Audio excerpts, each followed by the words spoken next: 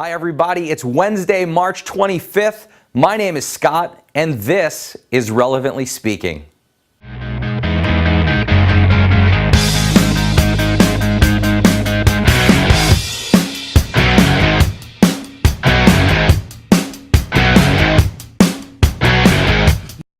Hey everybody, welcome to the show.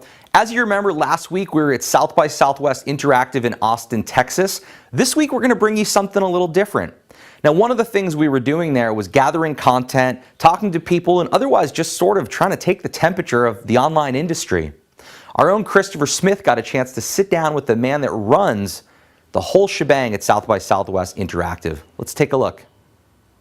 Hey, it's Christopher with Relevantly Speaking, and I'm here with Hugh, who is the Director of Events for South by Southwest Interactive. Yes, I'm the Event Director for South by Southwest Interactive. Excellent. Thanks for joining us here at your event. First question I have for you is, South by's been around the interactive side for about 15 years now.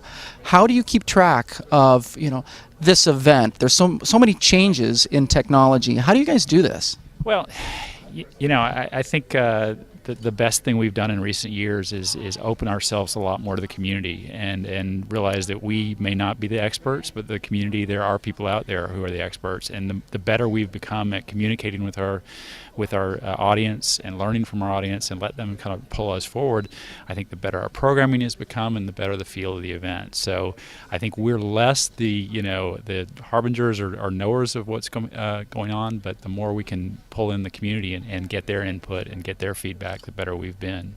And we saw a big example of that this year with the panels being voted in by the attending audience, which was a really great move. Sure. We've done that for a couple of years now, and I think it's helped improve our programming. Again, the idea is that there are experts out there and get them to get their input and get them to recruit other experts to be on panels. At the bottom line, I think with something like the panel picker is just it's another way for us to communicate with our audience. And I am a very firm believer in this Clue Train Manifesto idea that markets are conversations, and the more that we can learn from our audience and talk with our audience and communicate with our audience and share with our audience, the stronger we grow. And again, I think that's really one of the ways that we have been able to see some very positive growth in the last few years. Now, the total economy has taken a hit recently. The conference and event industry has also suffered because of that, yet South by continues to feel very successful. How have you guys been able to bolster against some of the downturn?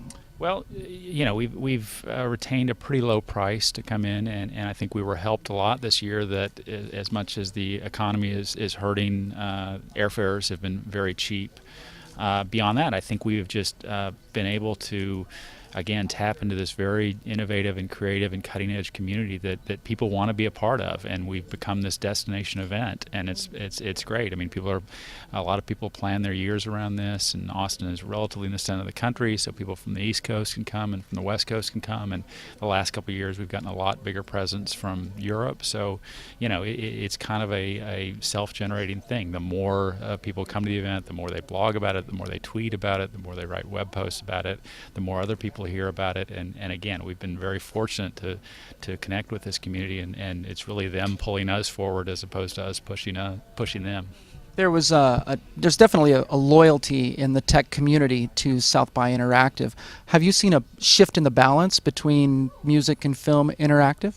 Well, interactive is growing a lot. Music and film have steadied off some. I mean, have been hurt more by the economy, and I think that again, we have been fortunate enough to get this reputation as a place where people are understanding how this new media future is going to work out and how people can monetize this new media stuff, and that's attracted a lot of interest across the board. Yeah, a lot of companies will make their product announcements here, which kind of leads me to my final question with you.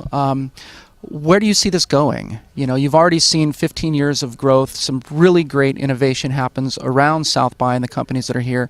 If you could look a few years ahead, what are we going to see? Well, I think we're seeing a lot more wireless and location-based service type thing. As you mentioned earlier, a lot of this touchscreen computing stuff is really beginning to develop more and more.